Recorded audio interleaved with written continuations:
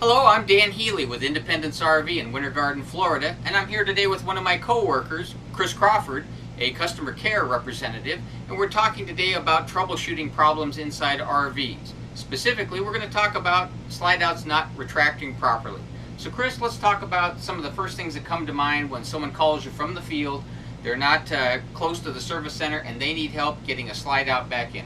What are some of the first things that you'll go through trying to help them getting that slide out operational? Well, Dan, usually the calls I'm getting are mainly the coaches we sell, the Newmar coach, and they are different for other different brands out there, and I'm not positive on what's the right cure for everybody. But on the Newmar that we're going to be covering, I first start with the simple things. User error. A lot of times it's going to be possibly somebody in the process. I've already brought in some of the slides, but started the coach to build up the air to get things ready to go to travel. But they need to bring in that one last slide. Problem is, keys in the ignition switch and it's in the on position, or the engine's even running. The slide's not going to work. So a lot of times I fix that easy cure just by telling them, remove the key from the ignition. That slide comes in. Other things that I get are like the flush floor slide in the living room. The flush floor slide, somebody's got a desk in the dinette area with a sofa. There's been weight added, loading up the desk with equipment, paper, magazines, files, magazines. And you've now added weight to where it was originally set up with nothing in it. And they go on a trip, they've run it out, it starts to come up that ramp, and it gets part way, halfway up that ramp and stops. Push the button, starts to go back out. Bring it back up, and it just doesn't quite catch. A lot of times that's as simple as going right to the controller on the outside and just turning up the potentiometer that you have right here on the controller, which we'll show you a closer up of that. When you make those adjustments on that potentiometer, you're just going to turn that just slightly, 5-minute increments, counterclockwise, to make that gain. Okay, so then if it isn't perhaps RV owner operator error, what other types of things can you consider and look at to try to get a slide out that is not retracting in the field back into the coach, and what are the first couple of things that you might consider doing? Well, again, we're going to probably look at the controller at this point. Sometimes a proximity switch and automatic lock arms could be the issue. Proximity switch, if it's not making good contact up in those lock arms, that'll keep it from, allowing the signal to bring the slide in. That could be the issue, and you want to override that. Sometimes if you don't have that, just could be a failure of the board itself. Very few times, 20 years of being here, I can probably count on one hand that it's an actual motor failure. Usually it's going to be a controller or a proximity switch. And if that's the case, you're going to find yourself that you don't have the tools that you need to be breaking loose 1 1/4 or 1 1/8 drive shaft coupling that's on the drive shaft of the motorhome that allow you to loosen it up at the motor, put a pipe wrench on the bar, and bring it in. So a lot of times people don't have these things. And when I get the calls on that, and that's what we've gotten to, a lot of times I've shown people how to do short little jumpers, just 2 short wires to jump from your 12-volt negative and positive to the motor's negative and positive. Reversing polarity, change direction. But when you do this, you got to be very careful. It's done on the plug itself. It's not done at the board. You're removing the plug from the board. And when you do it, you really need help with somebody standing outside. So when that slide out makes contact with the coach, when it comes back in, they need to let you know right then to shut it down. Because if not, those motors have enough power to blow the fascia right off of those. So you want to be very careful with that. Now, how does this affect potential, or can you even do it if you've got a full wall slide? Can't do it with the full wall slide, because the full wall slide takes 2 motors, and they have a lot different controller that it keeps those 2 motors in sync to bring it in together. So it's a full motor slide, probably going to have a repair facility coming to you, some type of mobile repair.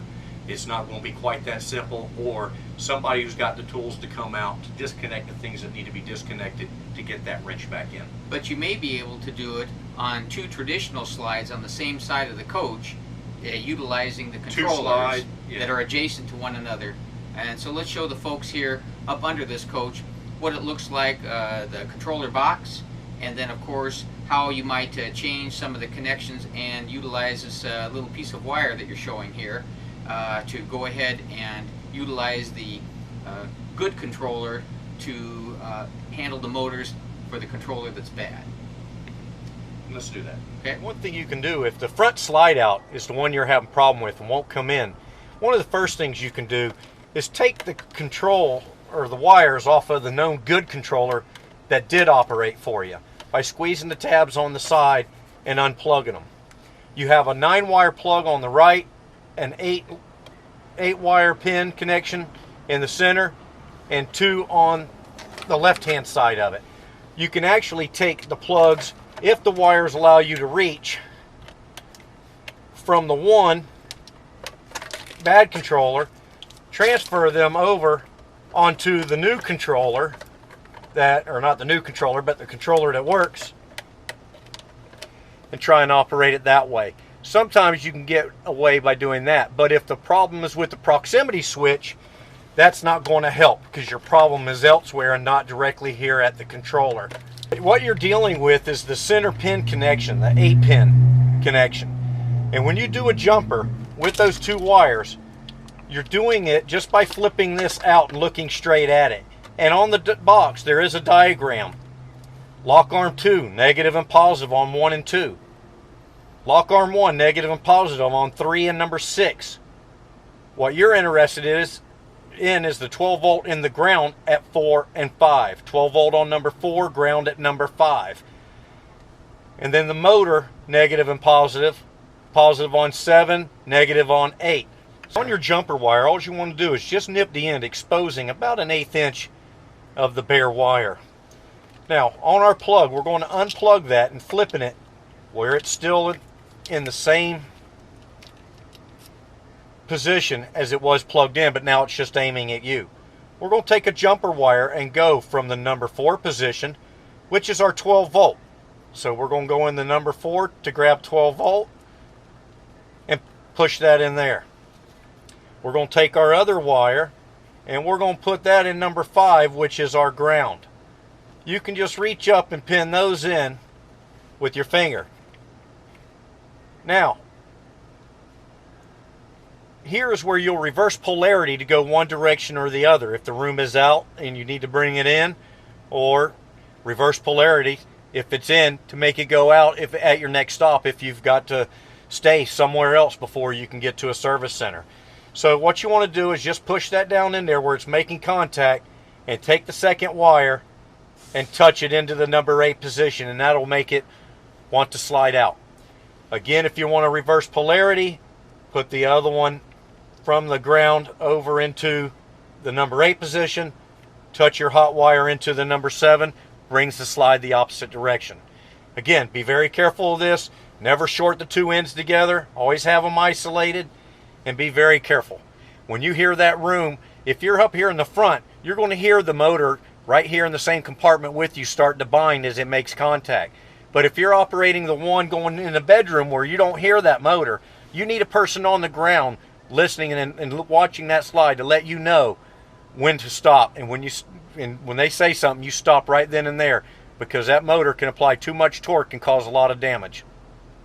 So in conclusion, with this emergency field repair for a retractable slide out situation, Chris, let's go over some of the items that the audience once again should be reminded of before they take on this task.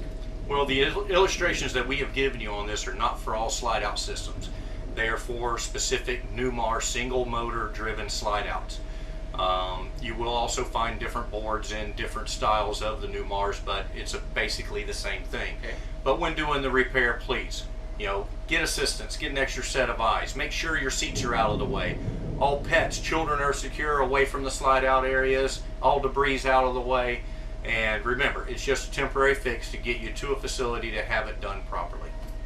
If we can answer any additional questions, there's a number here below that you can contact us and perhaps we can give you some assistance. But once again, this is a temporary fix. You really need to get to a repair facility for the long-term correct procedure to repair your slide out. So thank you so much for joining us today. Thank you for watching the Independence RV channel. For more information, please call 866-371-5168 or visit our website at www.independencerv.com in Winter Garden, Florida. Thank you.